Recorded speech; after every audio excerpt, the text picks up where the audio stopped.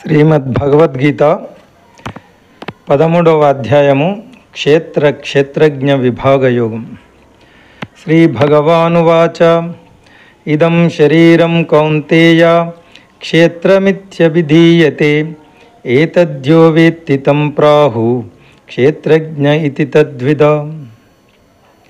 సర్వోత్కృష్ట దివ్య భగవానుడు ఇలా పలికెను: ఓ అర్జున, ఈ దేహము క్షేత్రము అని మరియు ఈ దేహమును గూర్చి తెలిసిన వానికి క్షేత్రజ్ఞుడు అని ఈ రెండింటి గురించి బాగా తెలిసిన ఋషులచే చెప్పబడింది. The supreme divine lord said, O Arjun, this body is termed as kshetra, the field of activities, and the one who knows this body is called kshetrajna, the knower of the field, by the sages who discern the truth about both. Amanitva madambitvam ahimsa kshantirarjavam acharyopasanam shaucham sthairyamatma vinigraha indriyarteshu vairagyam anahankara evacha జన్మ మృత్యుర్జరావ్యాధి దుఃఖదోషానుదర్శనం అసక్తి రణభిషంగ పుత్రధార గృహాదిషు నిత్యంచ సమచిత్తత్వం ఇష్టానిష్టోపపత్తిషు మయి చానన్యయోగేన భక్తిరవ్యభిచారిణి వివిక్తదేశసేవిత్వం అరతిర్జన సంసది. అధ్యాత్మజ్ఞాన నిత్యత్వం తత్వజ్ఞానార్థదర్శనం ఏతజ్ఞానమితి ప్రోక్తం అజ్ఞానం యదతోన్యథ.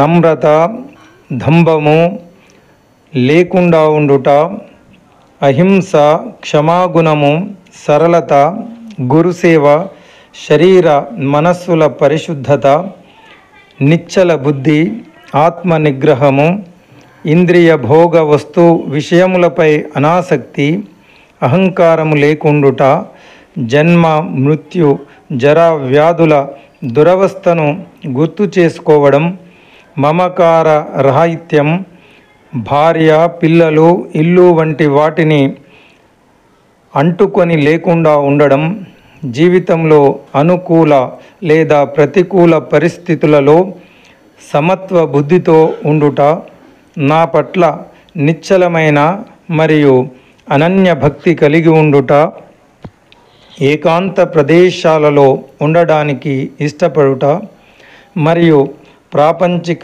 సమాజం పట్ల అనాసక్తి, ఆధ్యాత్మిక జ్ఞానములో అచంచల విశ్వాసం మరియు పరమ సత్యమునకై తత్వాన్వేషణ, ఇవన్నిటినీ నేను జ్ఞానముగా పరిగణిస్తాను మరియు వీటికి వ్యతిరేకమైనవే అజ్ఞానము అని అంటాను. Humbleness, freedom from hypocrisy, non violence, forgiveness, simplicity, service of the Guru, cleanliness of body and mind, steadfastness and self-control, dispassion towards the objects of the senses, absence of egotism, keeping in mind the evils of birth, disease, old age and death, non-attachment, absence of clinging to spouse, children, home and so on. Even mindedness amidst desired and undesired events in life, constant and exclusive devotion towards me, an inclination for solitary places and an aversion for mundane society, constancy in spiritual knowledge and philosophical pursuit of the absolute truth, all these I declare to be knowledge, and what is contrary to it I call ignorance. జ్ఞేయం యత్తత్ ప్రవక్ష్యామి యత్ జ్ఞాత్వా మృతమశ్నుతే అనాదిమత్పరం బ్రహ్మ నసత్తన్నా సదుచ్యతే. ఏది తప్పకుండా తెలుసుకొనబడాలో దాన్ని నీకు ఇప్పుడు నేను తెలియజేస్తాను. అది తెలుసుకున్న తర్వాత వ్యక్తి అమరత్వం పొందుతాడు. అది ఏ సత్ అసత్తులకు అతీతముగా ఉండే ఆదిరహిత బ్రహ్మము. I shall now reveal to you that which ought to be known, and by knowing which one attains immortality. It is the beginningless Brahman, which lies beyond existence and non-existence. Sarvendriya gunabhasam sarvendriya vivarjitam asaktam sarva bhruchaiva nirgunam gunabhokruta.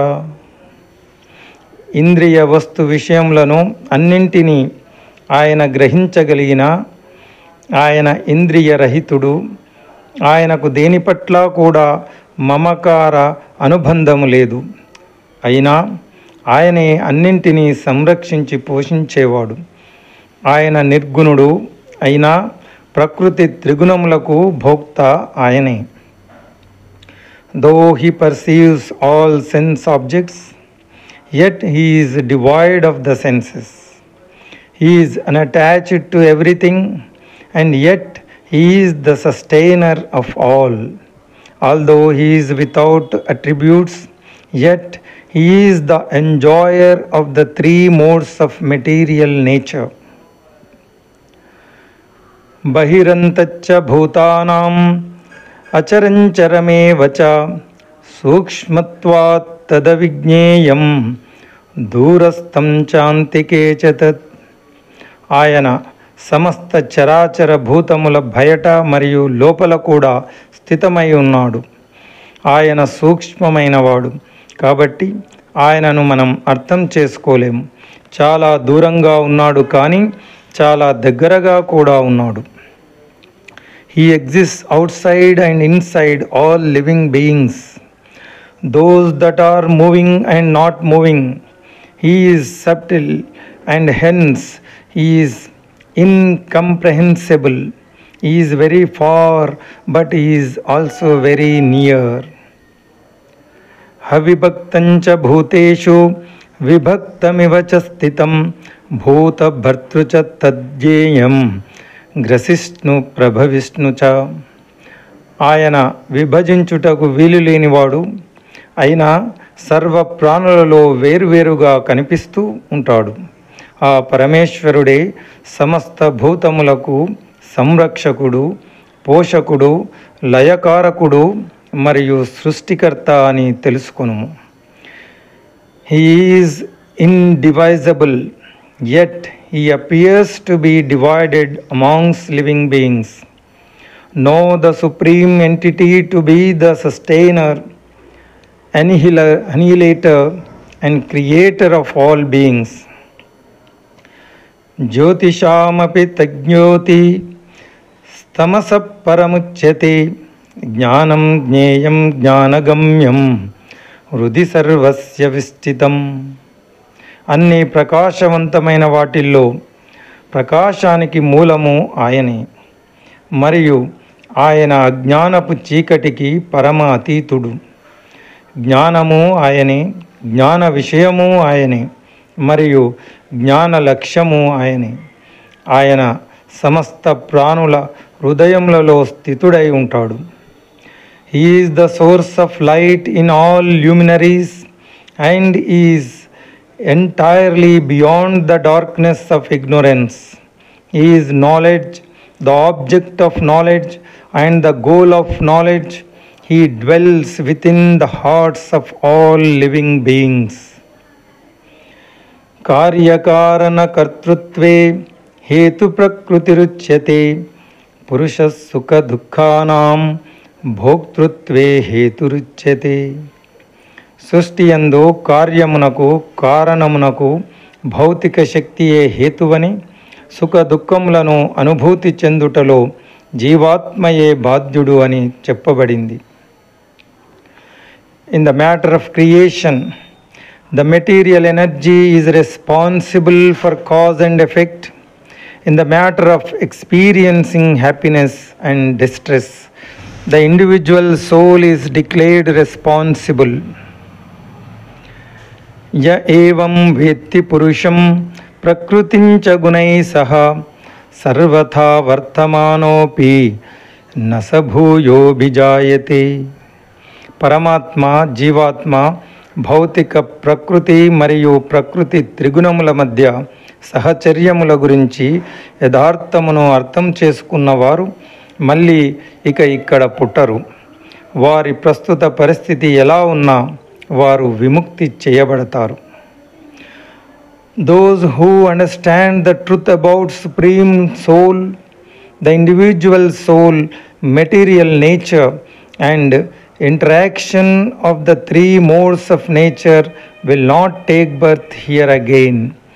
They will be liberated regardless of their present condition. Anaditvat nirgunatvat paramatmayamam vyaya sharirastopi kaunteya nakaroti nalipyate.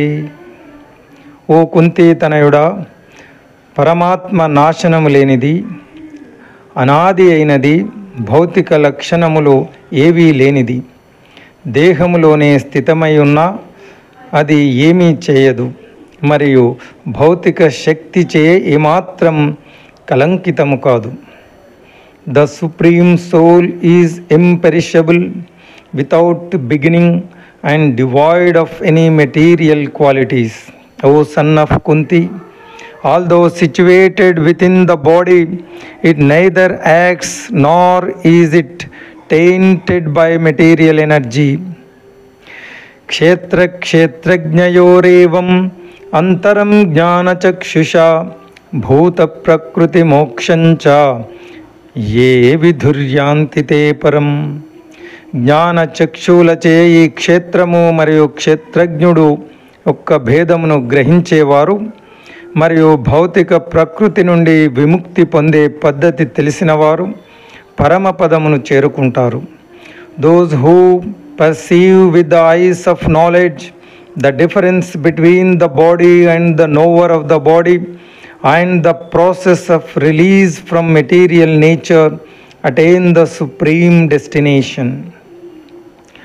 ఇది శ్రీమద్ భగవద్గీత 13వ అధ్యాయము సమాప్తము.